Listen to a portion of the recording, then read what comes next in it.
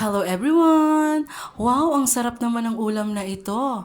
Mapapadami na naman ang kain ko nito. Craving satisfied.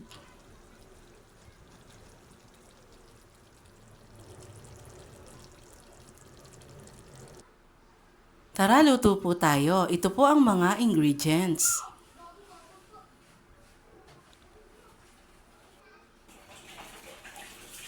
Nagpainit lang po ako ng oil. Ginisa ko lang po yung luya, sibuyas,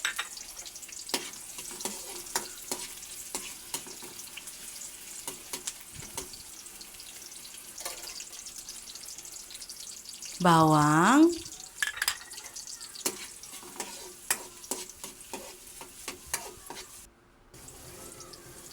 salt and pepper. After that, yung kamyas po na hiniwa ko po ng maliliit. Then mix.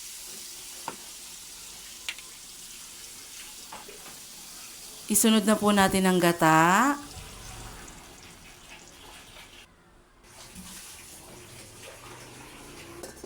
Takpan at pakuluan.